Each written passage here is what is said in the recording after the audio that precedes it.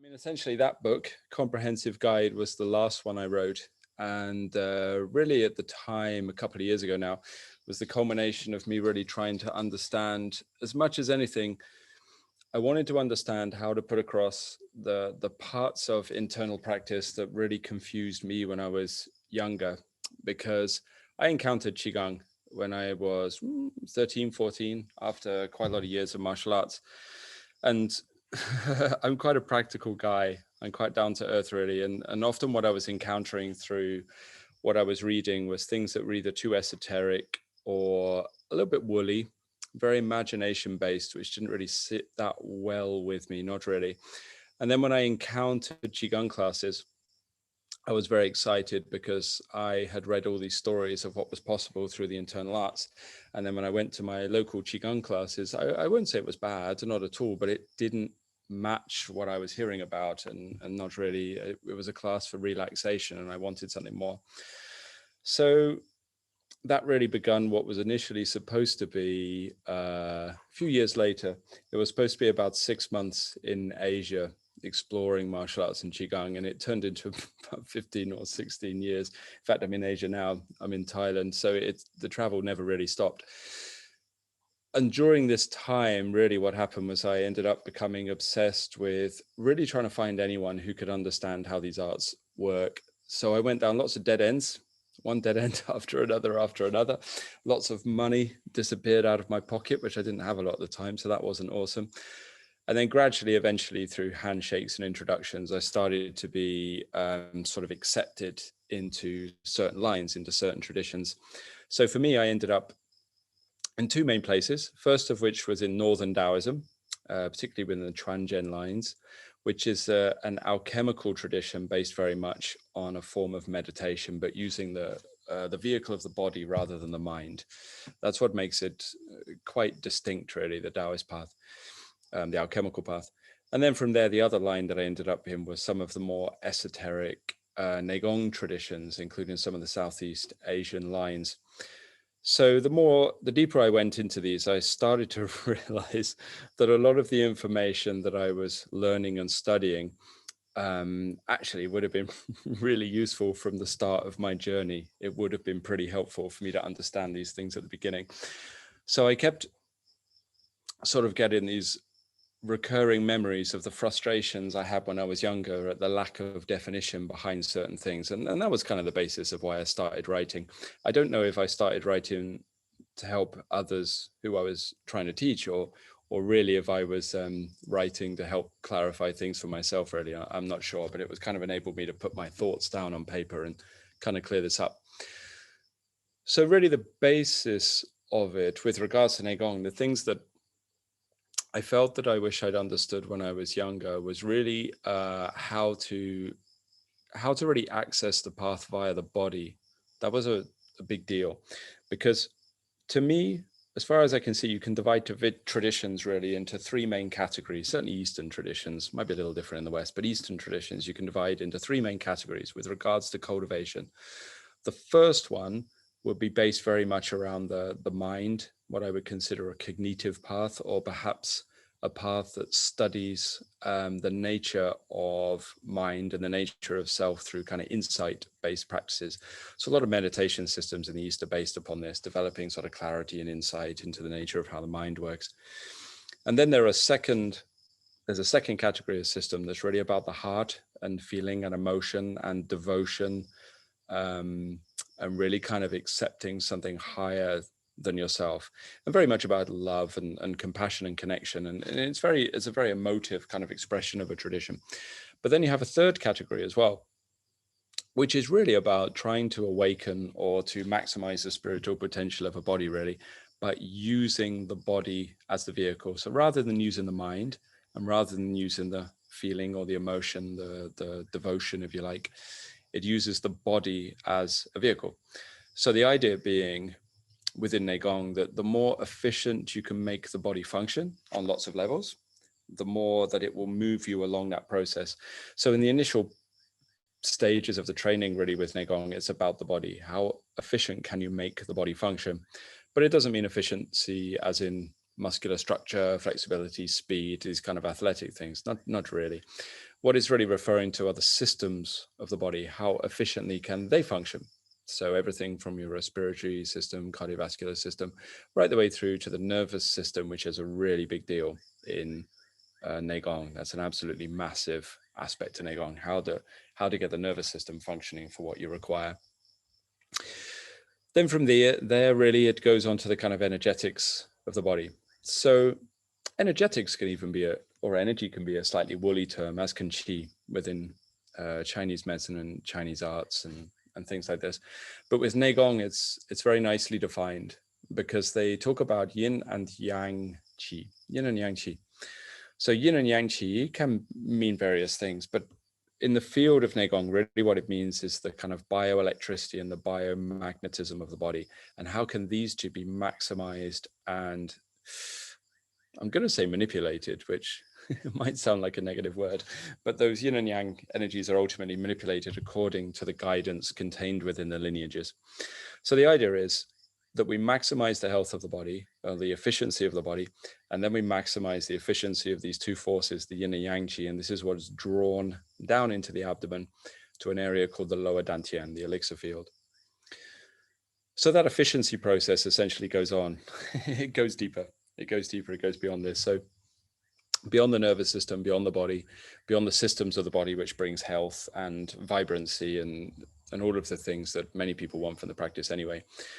Beyond that, it goes into sort of more increasingly subtle layers of the body and then eventually the mind. So many of the byproducts that people would achieve through meditative training, certainly a lot of the sort of early to intermediate ones with regards to the stability of the mind and the level of concentration, even the ability to move towards sort of concepts people would know as samadhi and things like that, can also be achieved through the body, through the efficiency of the body's functioning. So if you look at it that way, the three paths, the kind of cognitive or analytical path, the heart-based sort of feeling emotional-based path of devotion, and then the body-based path, then really Nei Gong falls into that category. And I think even from the beginning of my arts, it would have been nice to have that distinction. So really what I tried to do when I presented that book, Comprehensive Guide, which was a headache to write because I'm not very good on laptops. So I wrote the whole book with one finger on each hand, my index finger. So you can imagine how long it took because it's not a small book. But when I was trying to write it and put it together, really, I wanted to get that idea across. So I wanted to explain, look, we work with the body in this way. How do we make it function efficiently and why? How does that actually develop and as we move through the arts?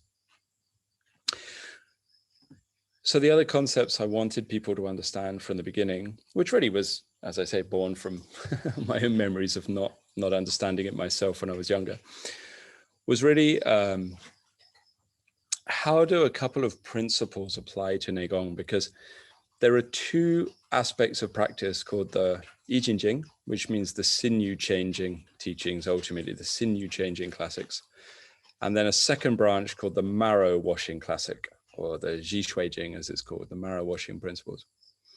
So most people who are familiar with the Chinese arts would associate the sinew changing and the marrow washing with Buddhism, actually, Chinese Buddhism, Chan Buddhism, and the Shaolin temple. Sorry, just stroking my dog here. He's wandered in for some attention, buddy.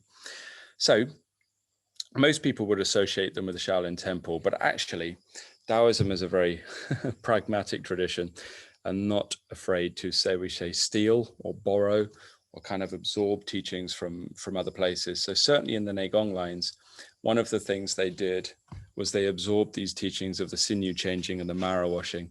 Now for me, integral to really understanding Nei Gong is understanding what these classics meant. So a large part of the comprehensive guide is really based on this concept, especially the sinew changing.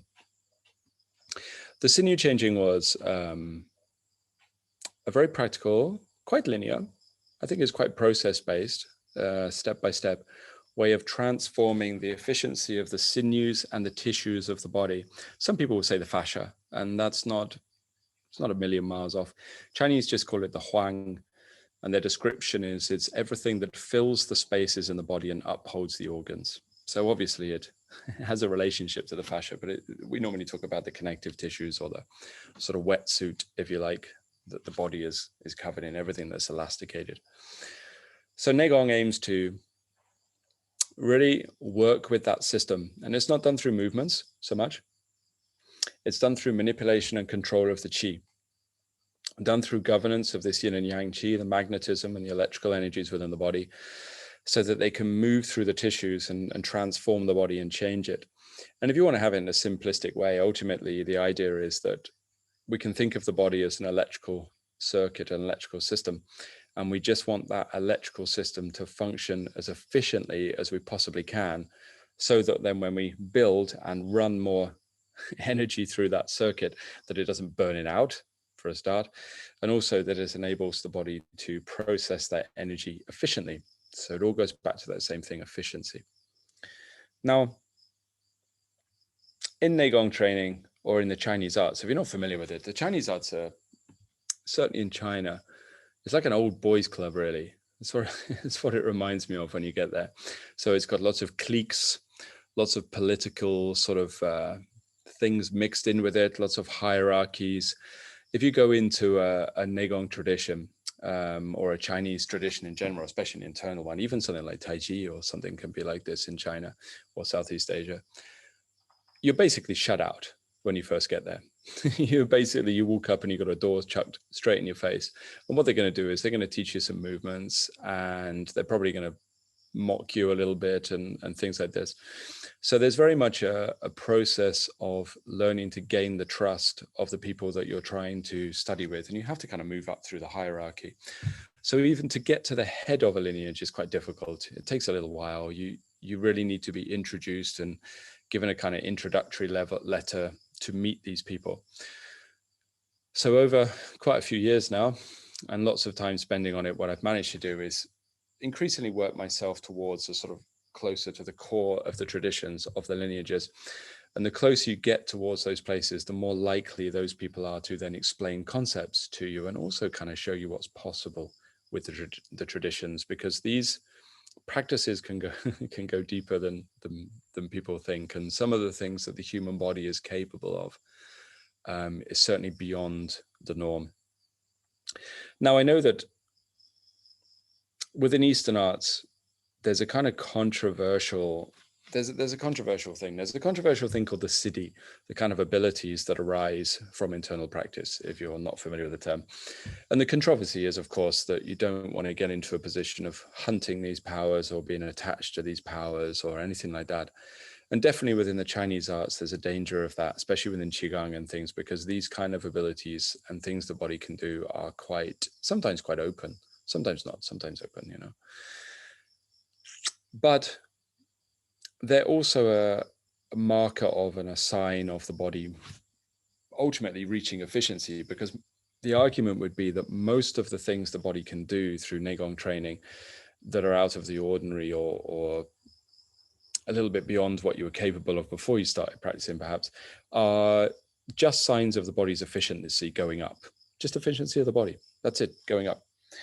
Now, alongside this, one of the most important concepts to understand is that, for me, if I were to help people who are starting out in Nei Gong, say, one of the most important concepts for me to understand is that for any practice you do, doesn't matter, any internal practice, whether it's a breathwork practice or a body movement, or maybe a controlled contraction in some cases, or even an intent, a mental intent, that's a method, right? You always have a method, something that you're doing.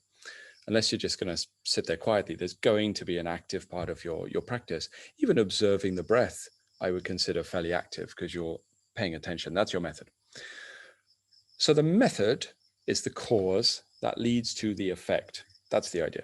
That's the aim. So within Qigong, for example, when I do my exercise, whatever it might be, it should lead to an effect, or it will. An effect will arise. Whether I aim for the effect or I don't aim for the effect should arise if the cause is correct. Same with Nei Gong, same with alchemy, same with whatever I'm doing. It doesn't matter. Same with many yogic practices or whatever. Some of those causes are simple. Some of the effects are simple. Some of the causes are complex. Some of the effects are complex. But what is missed? What makes the difference? Why do Some people practice a cause, get an effect. Some people practice the same cause and don't get an effect. And ultimately, the difference lies in the conditions.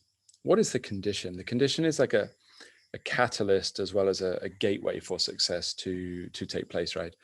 So if my practice is a cause, the condition that is applied is me. I am the condition, yeah, as much as anything. So my condition is sometimes things like your health, or sometimes things like, you know, how tired you are that day. But the biggest condition is always going to be your personality. Ultimately, all of those parts of your nature, your emotions, your psychological makeup, even things like your beliefs, your biases, your preferences, your uh, yeah, your values, your morals, shall we say? It's like all of those parts of you, make up that personality. And every time I do a practice, such as Nei Gong, if my mind interacts with what I'm doing, which it should do, unless I'm just kind of absent-mindedly practicing, then I'm going to carry that cause forward. I'm going to carry that condition forward, the condition of me. So if I'm going to try to, I don't know, build the dantian, a common practice in Qigong and Nei Gong, build the dantian, fill it with qi, fill it with yang qi, fill the battery up with power, then first of all, I will need a method. First of all, I will need a method to generate the cause, and the method must be correct. And sometimes the methods are hidden, sometimes they're public, sometimes you have to work your way up through the lineage or whatever. But then I have to apply the conditions correctly. So what's going to make a difference is really, what is the quality of me that is expressed through the awareness of that exercise?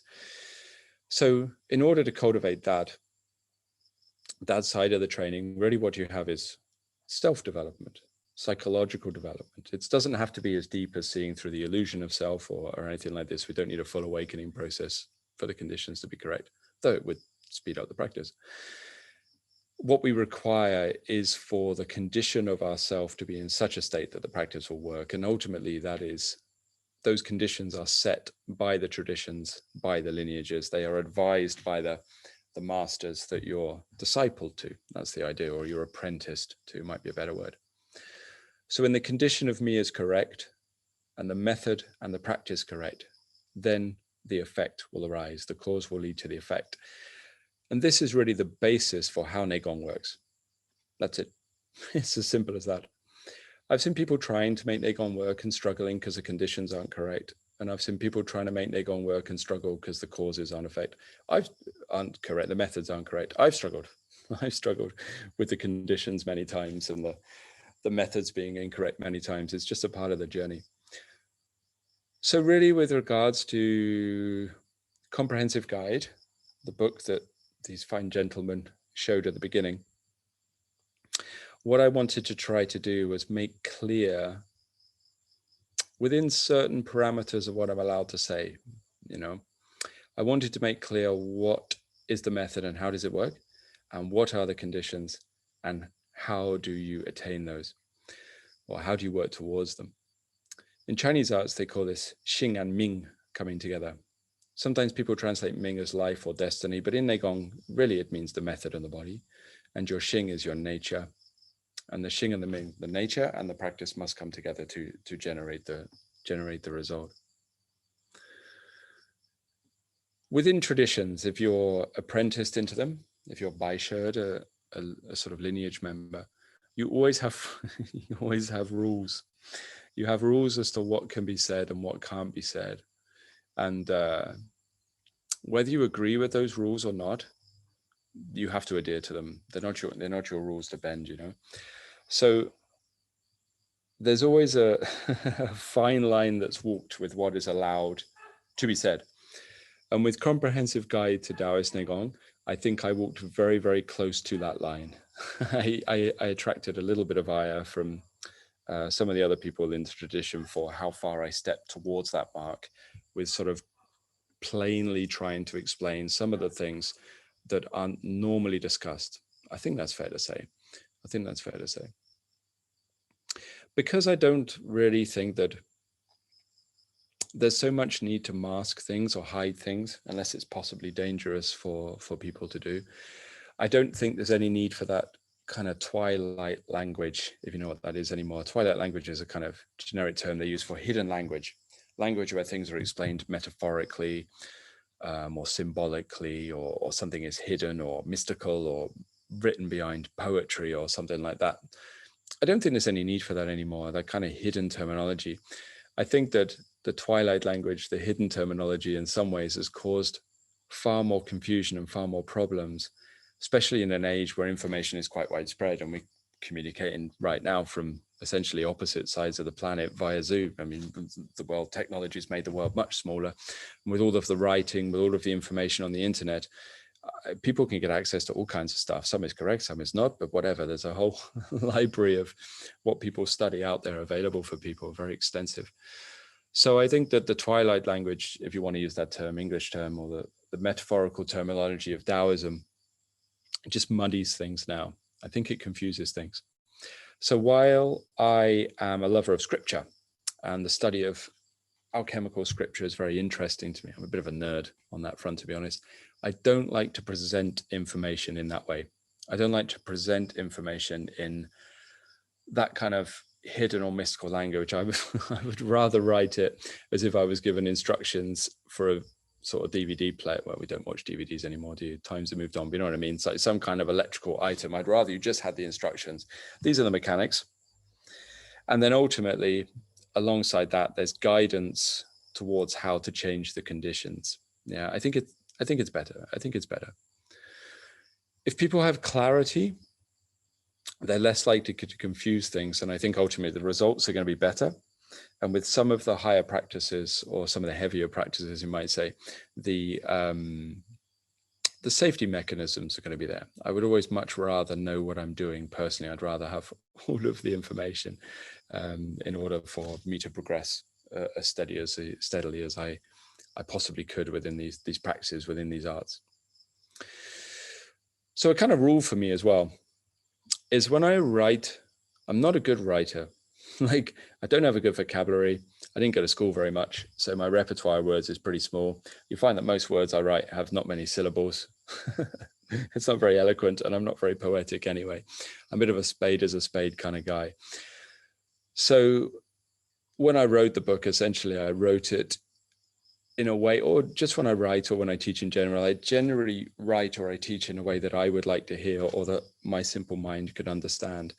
So really, I have to kind of scrutinize what I'm doing and try to get these practices across as clearly as I possibly can. So it's funny, actually, when I was presenting the book, I was actually quite embarrassed by it. And I made this horrible mistake when I wrote the book of reading a couple of other people's books on Daoism at the time. And I read some really sort of top and well-respected authors. And by the time I read how good their language was, I was like, oh God, this is going to be far too sort of blunt and down to earth, this book. But actually it's been received quite well. I think people quite liked it. The feedback I had was quite good. So I was quite relieved. I was quite relieved there. And overall, I think that yeah, you know, I think what people have said back to me, I think it has helped them. It has sort of clarified some certain things from what people have said. The Dantian in particular, right? I mean, the Dantian, we've all heard of the Dantian. If you practice Qigong, that sort of energy center that's built in the lower abdomen, that battery that's recharged. But I think it's quite a misunderstood concept. So a large part of what I've been trying to do, first of all, is trying to figure out what it is and learn it. And I always wanted teachers that could viscerally, kind of physically demonstrate it to me as well. Like, what is this Dantian thing? You know, this energy center, this hara, this space within the abdomen. I don't want to just talk about it. I even don't trust my own feeling. Like, I think my own personal somatic experience of something there is not to be trusted, because ultimately, if I put my hands like this and I put my mind in my right hand and I concentrate on my right hand, I can feel more sensations in my right hand, like it tingles more. And I don't think that's qi. I think that's my nerves being stimulated ultimately, because my mind is focused on that. So for that reason, I don't tend to trust fully that kind of experience. So I needed people that could more grossly, down to earth, kind of demonstrate in a tangible fashion what these things were. What is the Dantian? How does it function? What does it do? How does it manifest on the level of the body and on the level of the energy? And these were some of the things that I really tried to carry across into the book to try to provide some kind of clarity. And of course, it's all from my own experience as well as what I've been taught, but that's all you can ever share in a book, really. So with regards to like my own journey, still going. I'm still here in Asia now. I just came away from actually the last year. The last year I managed to track down, I think because of COVID. So during COVID, there's been less tourism out in Asia, and traveling in Asia has been quite difficult. And also because I didn't really know what was going on with the virus, and I didn't want to make anyone sick. I stayed away from civilization as much as possible. So the last couple of years have been a very quiet couple of years for me with regards to crowds and things. And it was an opportunity for me to finally track down a couple of the final Nei Gong traditions that were kind of on my radar. You know, I'm not a mixer with regards to training. I have one key line these days that I'm involved in, but I do believe that once you have a core understanding, there's nothing wrong with going to see what parallel traditions are doing, not necessarily to engage with their methods as well, because I don't want to muddy the waters of my own practice, but to kind of gain a little bit of insight into what they do. And there's been sort of a couple of final kind of hidden Nei Gong lineages that were hard to track down. They're very difficult. And I was having doors closed in my face, proverbially. Well, yeah, metaphorically, I suppose. But one time it wasn't that different from literally having the door closed in my face for a long time. And then I finally managed to actually access some of these traditions and see a little bit about what they're doing.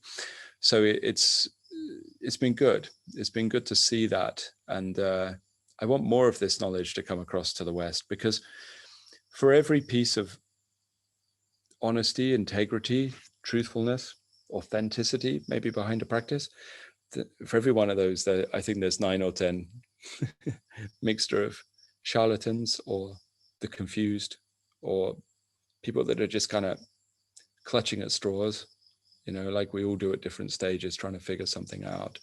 So yeah, I want to work increasingly to try to sort of present this information across as much as I can to the West. And I think really it's mainly just, again, because it's born out of that memory I had at the frustration I felt when I went to that first Qigong class.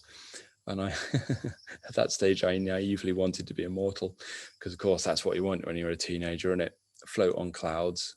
If you've watched all those kind of Chinese movies, as well as being the best Kung Fu practitioner around, and definitely wanting to be an immortal. So a little naive, but going into the classes, that's what I read about. And then what I encountered was something quite different. And I remember that journey. I remember that frustration, especially before I was too young to travel, or when I was too young to travel. So I couldn't make it out to Asia. And when I didn't have the finances to as well, definitely, because I didn't come from a wealthy background.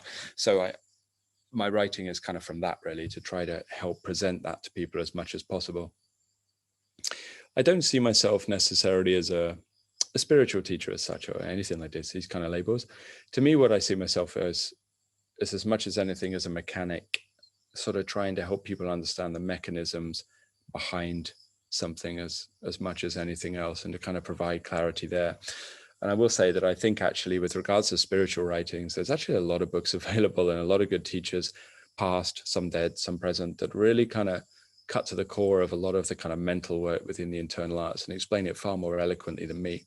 But perhaps one of the gaps maybe is in the mechanics. Maybe sometimes that explanation of the methods and the conditions is a smaller, there are other people writing, but it's smaller, it's more niche. So that's really where I feel my place is. And that's kind of the role that I try to, I try to carry out to the best of my ability with my writing. So hopefully that's helpful to people. So yeah, maybe I'll leave it there. Hopefully that's an introduction essentially to the concept of the book and why I write, and a little bit about what I see Nei Gong as a practice. So if you have any questions, I'm happy to take them. I'm happy to answer them. Yeah, I mean, essentially, Wuji as a concept means essentially without projection or without extremity, essentially without definition would be how I would translate it. A lot of people translate it, I guess, as without boundaries, without limits. But to me, it's a projection, because the basis really of Wuji is the idea is it begins in the mind.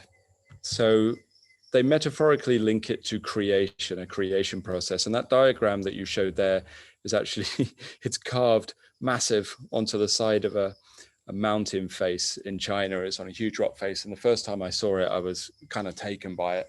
And then it was one of those diagrams that I kept seeing come up over and over again within scripture, within Daoist classical texts. And I thought it was very beautiful, which is weird because essentially it's like a mathematical symbol comprised of circles. It shouldn't be beautiful or artistic in my usual mind, but it really captured me.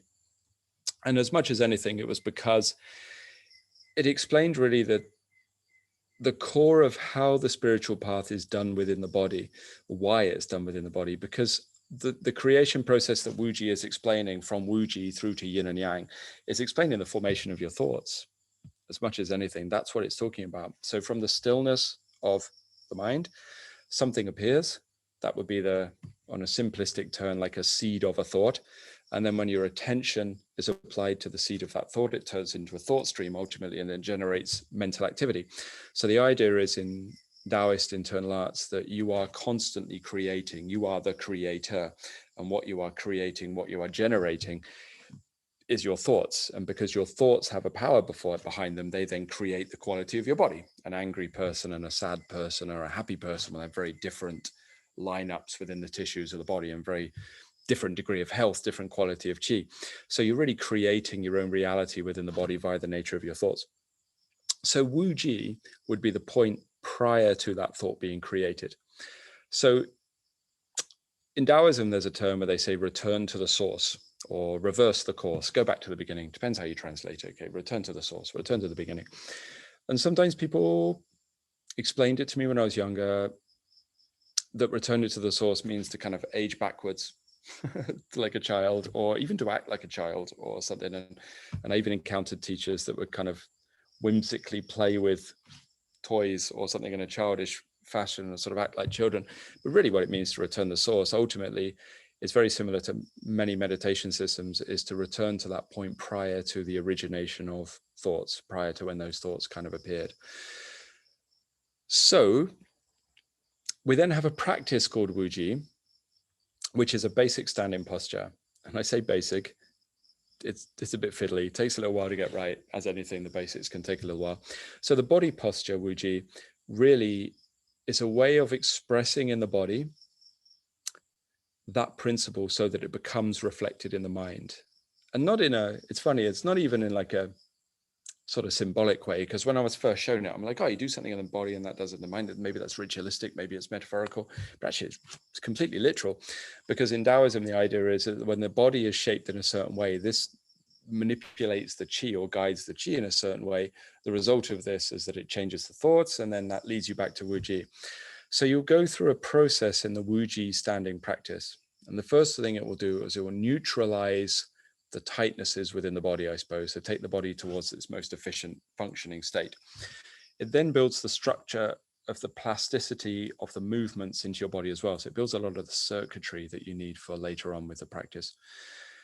Then from here, it gathers the qi in the abdomen to awaken the dantian, okay, which symbolically would be the same as the point that forms within Wuji is the dantian forming. And then actually, if you go deep enough, it can lead you through to actually stillness. So then the mind moves to stillness.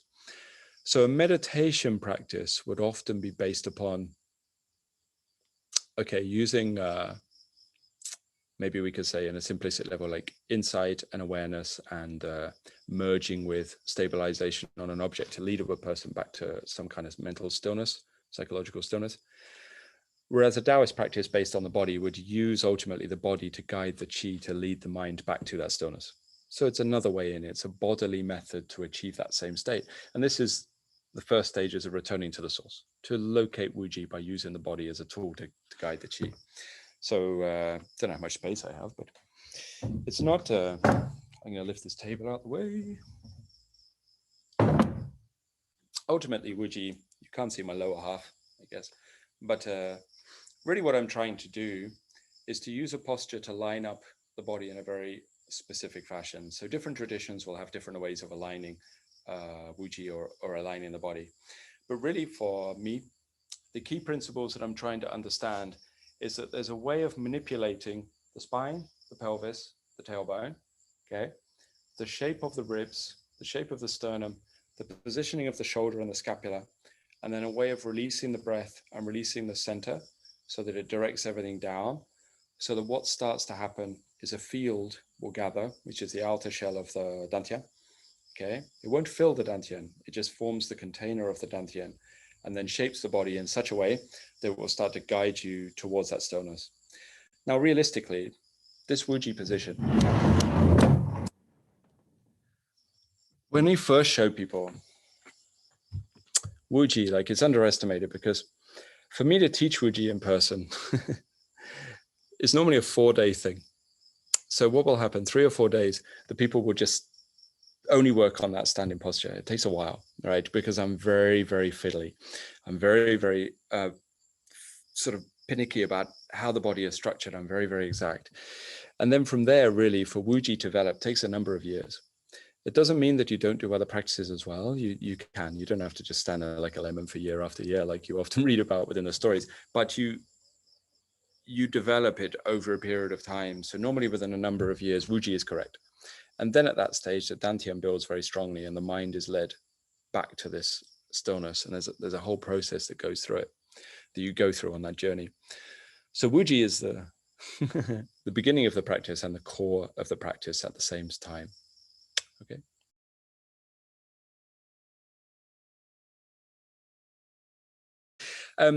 Criticism. Did I receive any for sharing these practices openly? Yes. Yeah, absolutely, 100%. Funnily enough, when I was younger, I made a couple of mistakes. I actually got thrown out of unceremoniously kicked out of a lineage for accidentally revealing something I shouldn't have done, and not in writing, but I taught something I shouldn't have done, and I got kicked out. So I learned from that. I was very young. So I'm not proud of that. That was an error on my part. But I have received criticism, yeah, for sharing things openly. And actually, I can't name names, but I received, because that's unprofessional, but I did receive some criticism from some fairly prolific or high up people within the kind of internal arts traditions, not only from Daoism, but also from Buddhist lineages as well. But I am not worried, because the only people that I would be worried about or concerned about with regards to criticism would be the people that teach me. If they ever criticized me or had a problem with me, then I would have a problem with that. So everything I share these days, I run by those people. And if they are happy with it, the people that teach me, then I'm happy with it too. I work very closely with them, and I'm a great believer in supervision and, what would you call that, kind of peer discussions, or just kind of running ideas by people that are senior to me to see what's allowed. But yeah, I've received some criticism for sure.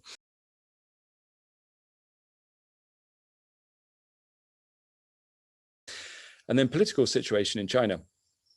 Yeah, I mean, not just Daoism, but Qigong in general is definitely still frowned upon in China. Sometimes people wouldn't kind of see that anymore, because obviously you go to China, you walk into a park, you'll see alongside the river dance and badminton, lots of stuff like that. These days, you'll see people practicing Qigong. But most Qigong, the vast majority, and certainly Daoism, that is allowed to be taught publicly is state-sponsored, state-controlled. So, for example, Wudang Mountain is a very famous Daoist place, but every school on Wudang Mountain has to be registered with the local authority and only teach to a certain sort of way. Like, there's rules, very strict rules, and all the Qigong that's in parks has to be done according to very strict rules. So ultimately for me, after numerous years in China and ultimately getting quite frustrated with that, I left, and my training is with Chinese communities in Southeast Asia these days, because it's easier. It's much easier. You don't have any of those rules. But yeah, I mean, suppression of anything like that in China is still very prolific. Yeah. And then the last part was the future of Daoist teachings, right? Well, I mean, really, it's difficult, isn't it? Because it depends how you define Daoism, you know, because I wouldn't even consider myself necessarily Daoist. I do teach according to Daoist principles and certainly according to Daoist traditions, but I would rather call myself an alchemist, perhaps, Daoist alchemist more specifically, because if you say Daoism to a lot of people these days as well, it kind of includes religious Daoism or ritualistic Daoism, which I'm not against, but it's just not my forte. That's not where my mind kind of sits. So even as a label, it's a little tricky. So I only really concern myself with alchemical Daoism. And yeah, it's rare. Like, alchemy is it's rare, you know. Neidan is, you can find lots of books on it, but it's hard to find people actually practicing it and people that really kind of understand it. So for me, in order for Neidan to continue, first of all, it has to get out of China because of the political situation. And it also has to be understood. So that's what I'm doing even if it's a tiny part, I'm trying to play a tiny part in that, at least to try to help it be preserved. But I don't believe the preservation of it is going to be in China. Not really. I think it has to go to Southeast Asia and the West as much as anything. So hopefully that answered your question, Alexander.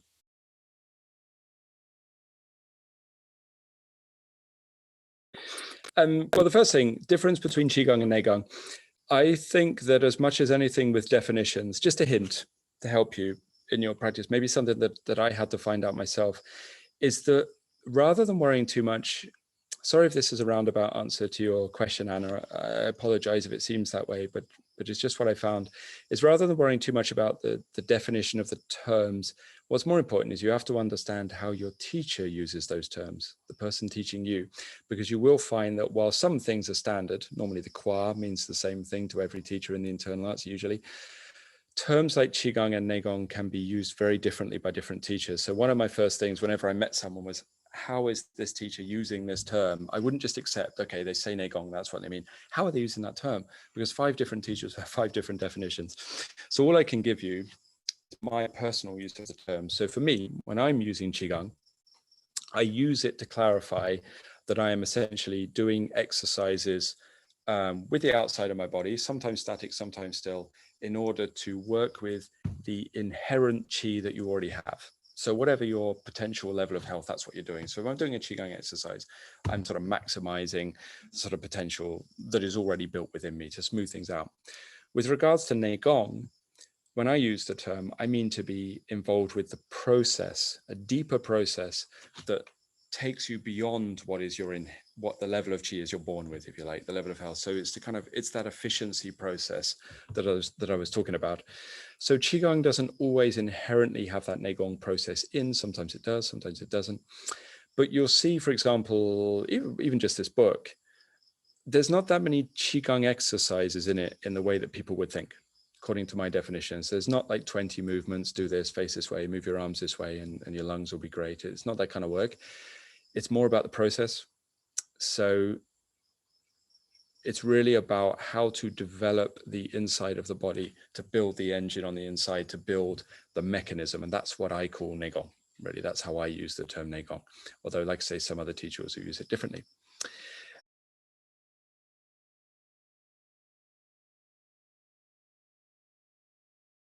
And then if you don't have a Nei Gong teacher in the area, can you practice using the book? Yes. I think it would be dishonest to ever pretend a book or a video is going to be as good as a teacher, providing the teacher is good, obviously. It's never going to be quite as good for sure, but you have to start somewhere. And I would say that what I've tried to do to present in the book is, I think, can actually take you quite far. If you can do it and you can follow it and you can really get involved and really commit yourself to it, I think you can go quite far with a book. There will come a point, of course, when you require a teacher. And with regards to safety, yeah, there are a couple of points I write in the book about who should not practice. For example, I don't think women should practice when they're pregnant, not Nei Gong. Movements and breathing, sure, but not the heavier Nei Gong things. And a few other things like that, people who shouldn't practice, people on recreational drugs or things like this. But other than that, I don't put anything in the book that is risky, because those practices I teach, there are some risky practices, but I teach them in person so that I can monitor and make sure that somebody's okay, because the last thing I ever want to do is harm somebody. So yeah, you should be good to go. You should be good to go, Anna.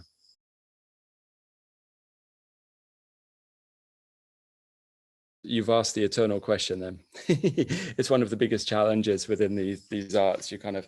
You've nailed one of the difficulties.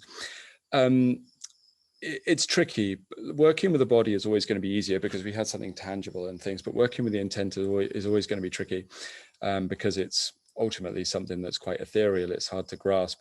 So what we tend to do with the Nei Gong is, it's going to sound odd, but we try to bring the mind into a stage where it almost has a form, which I know sounds weird.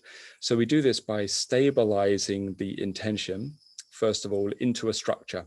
So we might stabilize, some traditions will stabilize your intent into the breath, won't they? But we will stabilize it into the body as much as anything, or sometimes regions of the body, like the lower dantian or something like this. And when we stabilize the intent into that location, what we start to do then is we relax the intent back until it becomes attention. So instead of intention, it becomes attention.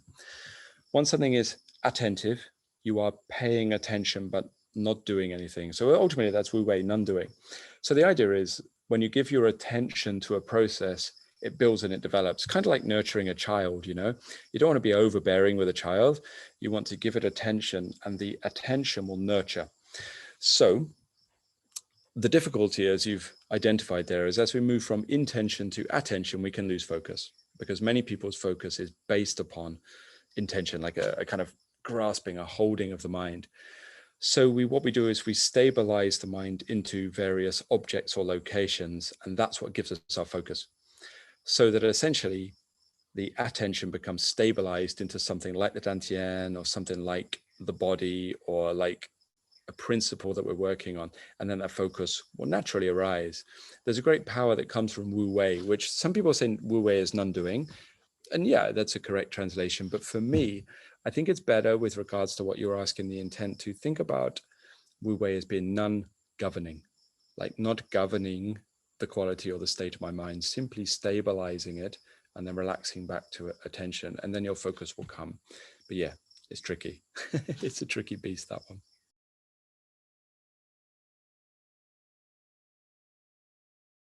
Each one is actually a martial art system that is based upon, I mean, Chuan means fist, but within the internal arts, it's kind of a deeper implication, usually meaning, I guess if you want, spiritual or self-development study through the nature of studying the fist and combat. And that's how I would translate it. It's a bit wordy, but that's what the Chuan. And Yi means your intent, or the movements of your mind. So each one is essentially based on using the intent and the mind in order to develop the body for combat and spiritual development. It's based on standing postures a lot of the time. It does have other things, friction practices and moving practices and partner practices, but a lot a lot of standing. You need willpower, tenacity, and dare I say, a little bit of insane level focus, really, to get deep into each one, because it's definitely a challenge, one of the harder internal arts. So with regards to Nei Gong and its connection to it, I would say that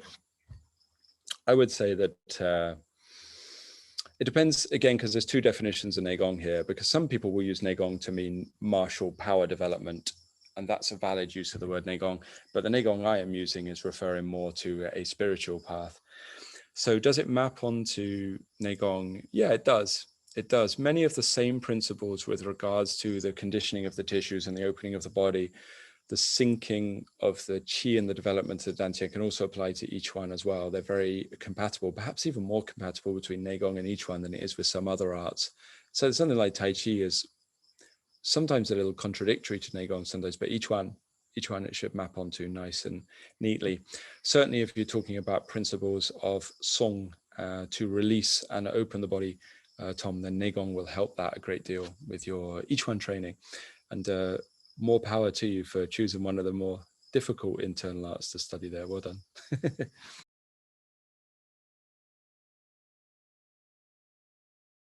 Yeah, I'm more than happy to. It's the only problem is it's a really big subject, so I'll try to be a little bit concise. Otherwise, you'll have a 4-hour lecture on your hands. So Zufagong, it means kind of self-expression quality, I suppose you could translate it, but ultimately what it means is spontaneous reactions, spontaneous movements. So Zufagong, people will have seen quite often the spontaneous reactions rising from things like yoga or meditation, as well as Qigong. Anyone who's done any internal practice will have experienced some Zufagong probably, which can vary from like a little tremor or a shake that sort of comes and goes, or a little twitch, or sometimes just your head twitches or something, through to things that are more flamboyant, shall we say, where the spine can twist, or people can kind of fall over sometimes, or bend in half, or as you're saying, spontaneous hand seals, mudras can start appearing, and sometimes people can start racing through them really quickly. Or Zofagong can produce spontaneous sounds sometimes that come out from inside. What we should understand with Zofagong is it's never contrived. by the very nature of it being contrived, it's not Zofagong. The idea is that it's released from inside. It's not an aim of Nei Gong, it's not an aim of Qigong, but it is a byproduct of it. It's almost like an offshoot. And if you, in my horribly simplistic terms, I think of the body as like an old steam engine. You know, you've got pulleys and wheels and levers and things function in the body, but human bodies are a bit dodgy. It's an old steam engine. So every now and then there's going to be like a little spray of steam or something like a leakage. And ultimately that's going to create a Zofagong. There's like a movement of energy that creates it. So the mechanism behind it that I always try to explain is it's your nerves. That's all it is. So if you think of Yang Qi being a form of electrical energy, when that extra energy moves through the nervous system, what happens is the nerves become stimulated and they cause a muscular twitch or a contraction. So really, it's just as natural as that. And I try to explain that to people because I think there's a danger with some traditions to kind of turn it into something too mystical. It's deities entering the body, I've heard, or it's the power of the guru teacher that's initiating these kind of magical responses. Or sometimes I've heard people mistake it for a Kundalini awakening or something, but it's not. It's a spasm and it's a movement in the nerves. And it happens as the nerves kind of, for want of a better word, kind of unravel and the chi flows. So generally when there is increased chi flow, but there's blockages, what you get is a spontaneous movement reaction. And as that blockage opens up, it's like, essentially what that means is there's less resistance, if you want to talk literally, so the energy can flow more freely through that area. The resistance isn't there, so then there's no movement. The Zofagong ends. So it's the spontaneous reaction to be a temporary phase that you move into, and then you move out of that phase. You shouldn't be stuck in it. If you're stuck in it, then there needs to be more release in order to move beyond it. So at the beginning, you get nervous system movements like that, twitches and spasms, they'll come and go. And then it goes deeper. So it can touch into the plasticity of things that are stored in your tissues, is my opinion of what's happening. So if, for example, Zofagong stimulates the nerves and the channels in a dancer, sometimes they can spontaneously produce a dance movement. So they might pirouette or something on the spot, or they might suddenly throw their arms up in the air because that pattern is built into the plasticity of their tissues. Martial artists will often do like a sudden random punch or kick or something like that. It's quite funny. They'll just sort of, out it comes, like this sort of strike that's built into their plasticity. I've even seen Aikido people spontaneously do a forward roll, a break fall, which is always a bit of a sort of hair-raising moment as a teacher, because there's no mats on the floor. So those kind of things can happen. And then if it goes more subtle again, then the body will try to do a kind of attunement that you can't do yourself. And now it is a little bit less down to earth, because mudras, on a simplistic level, there's deeper versions, but really are about almost like tuning a guitar strings. So when your hand starts running through all of these fast hand shapes spontaneously, better off just letting it and not get involved, because every little connection between the fingers that it's making is doing a kind of attunement to the inside of the body that you can't fabricate yourself, because the body intelligence from inside is always more intelligent than the mind. So with regards to people going through the Nei Gong process, it's quite common to see these kind of reactions arise. But I always try to get people to understand it's quite a down-to-earth process. It's like a little internal, a little internal bit of chi flatulence, if you like, as the body just corrects itself. It just sorts itself out. But the role of a teacher should be to bring it all down to earth and to guide people through, so they come out of the other end just fine, and they don't think that the deities have invaded their channels as much as anything.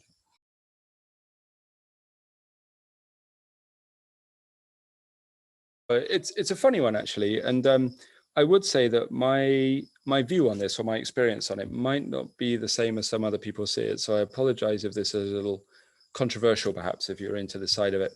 But the idea is, within most alchemical traditions, you're right, Western and Eastern, and most internal work, human beings are subject to, if you like, the kind of fluctuations on the outside of us. What happens with the stars, what happens with the planet, the moon, especially for women. Women are very collected to the moon. Men are a bit dense. We look at the moon and go, that's nice. Women often go through a whole adventure over the lunar cycle because they're naturally, I shouldn't generalize, but they're naturally more tuned in than us dense bricks of males, I tend to find. So there is a connection from the macrocosm to the microcosm, sure. So at the beginning, really, human beings are subject to that quite strongly. So first of all, what we do in Daoist traditions is try to understand it. We want to understand what are these influences that are being given to us. And there's a lot of very complex models and teachings around that you can explore, things like the stems and the branches and things like this, right? And the Batsa charts people have. But what we want in Nei Gong is to be liberated from that influence. And that's the bit that's a bit controversial, because ultimately what you want is to understand, first of all, the macrocosmic influence upon the cycles of the body, and then to work with it, to harmonize it so it's not detrimental and it's assisting your practice, it's assisting your development in your life. And then as we move from microcosmic practice to macrocosmic the other way, the influence changes because you merge ultimately a part of your energy field, if you want for a bit of a woolly term. We could explain it more literally, but it would take ages, so don't worry. But essentially your energy system then merges outwards, and then influence is reduced. And instead at that stage, a different kind of connection comes, something called the Daoism, which really is the kind of basis of the awakening process, using the vehicle of the body rather than the vehicle of the mind. So we have that whole kind of interesting thing. It's very Taoist. You have to make something straight before you can make it bend, or you can make something strong before you can make it soft. It's kind of the same with astrology and things like that. We have to understand how it influences us and work with it before we get rid of that influence upon us and liberate ourselves from those cycles, so that we can achieve some kind of unification with the the macrocosm. But I might be in the minority with that view.